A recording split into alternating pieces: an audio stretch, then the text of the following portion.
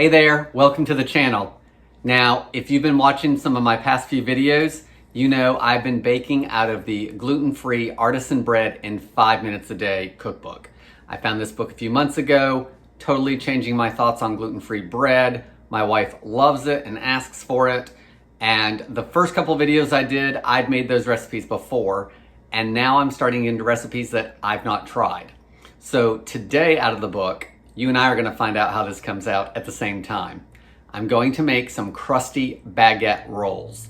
And if you watch the baguette video that I had recently, it's basically the same principle and directions with just a few tweaks to make it into rolls. I'm Jamie with SavorySaver. I share gluten-free recipes, tips, tricks, and resources to make your gluten-free lifestyle easier. So please consider hitting subscribe and let's get baking. Okay, so to start on these baguette buns or rolls, whatever you want to call them, I do have the book right here that I will be referring to because I've not made these before. So you want to prepare your countertop. I'm going to put a silicone sheet mat down. That's going to help the baguettes from sticking before I transfer them over to a pan. I do have a baking pan and I've lined mine with parchment paper to keep everything from sticking. You could also use a greased sheet or buttered sheet or whatever. All those instructions are in the book.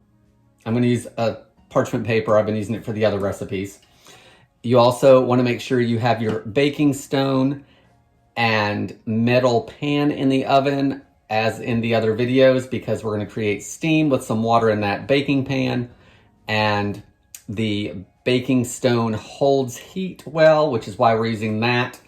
The one thing the instructions do not say is that if this pan needs to go directly on the baking stone, because obviously we're going to be baking the rolls on the pan.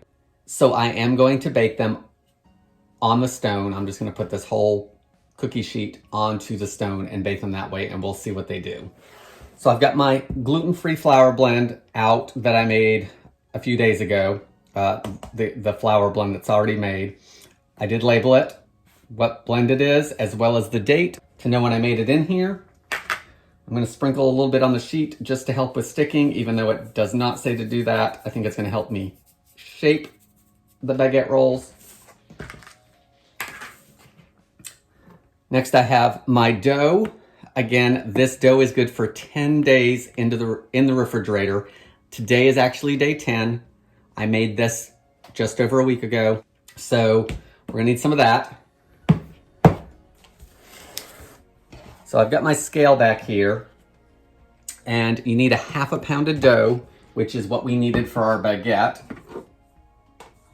So I'm gonna dust a little bit of the dough with the flour, just so I can grab some out of it. I am gonna use a bowl. I want this pretty accurate because I need the rest of the dough for a recipe. So here's the dough. Let's get it out onto here. Get this out of my way. All right, now we need to shape this. So I'm gonna take some flour, put it over the top. It's gonna help me shape it.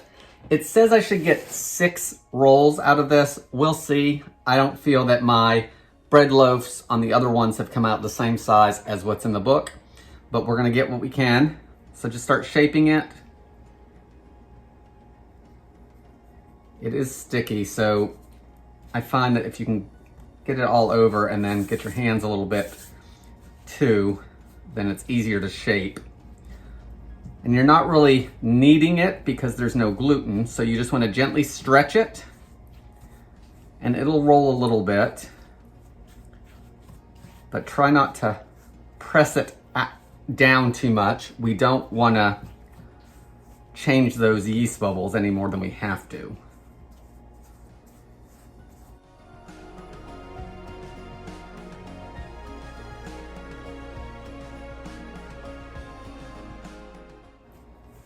And I think I'm going to get a ruler because it says to cut them about every 2 inches.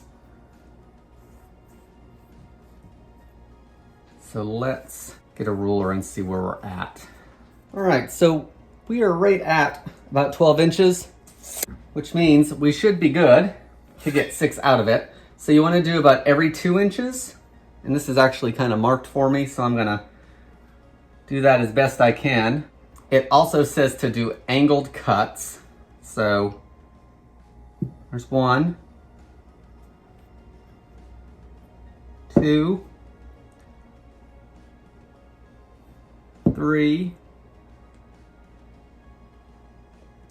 4, 5, and 6. So we've got 6 here, and then we'll just shape those a little bit so they're more like the others. Now we want to put them directly onto the baking sheet.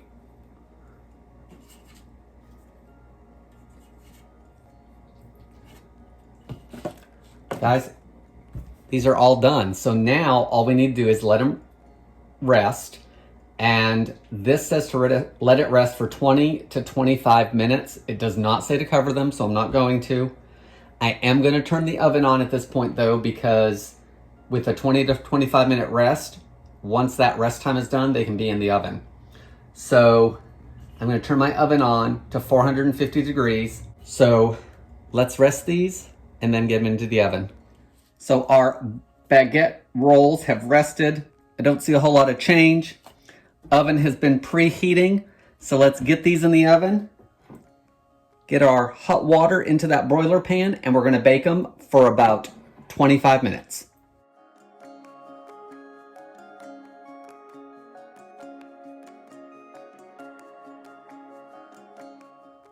Okay guys, it's been about 25 minutes. Let's take these out of the oven and see what they look like. So here's what they look like. They are sliding all over like crazy, which means they didn't stick. So I guess that's a good thing. And they're not very big. I guess that's okay if you're having them for dinner. You can have 1 or 2 if you feel the need. Obviously wouldn't be good for things like sandwiches or whatever, but they're a good size. And you will notice, let's see, get my tongs. So these, we did not slash like we did the baguette or the boule if you watch those videos. So there is a little bit of splitting. I don't know if you can see it on camera or not, but it's split right about where my tongs are. So it's naturally gonna split, which is okay for something like this. But that's why it's important to do it for the other breads, because we wanna cause it to split where we want, not where the bread decides to do it. So, as with the other recipes, these need to cool completely before we can dive into one. So I'm gonna move them over to a cooling rack, and we'll test them as soon as they're cool. So our baguette rolls or buns are done cooling. So I broke one open. I did not use a knife on it. I just broke it open. You can see it's got good air bubbles in it. I put butter on half and half without. They are pretty crispy. Or crusty is probably a better word. Browned up nicely. Let's try the piece without any butter first. It's got a good chew to it. Tastes like bread. The inside's a little, I won't say sticky, maybe a little tacky, partially because there's a lot of starches in gluten-free breads. I baked them for 25 minutes. They probably could have gone a few extra minutes to maybe dry that out a little bit. They are not bad. They're as good as those other 2 recipes that I done before I redid them for you guys. Let's try the part with butter. I really like it with the butter.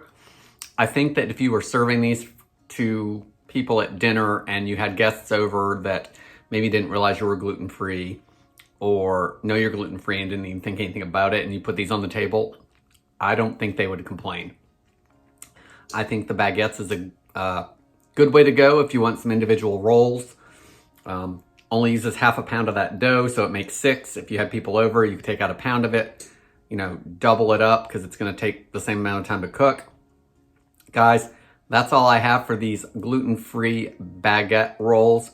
They're nice and crusty. They cooked up quickly.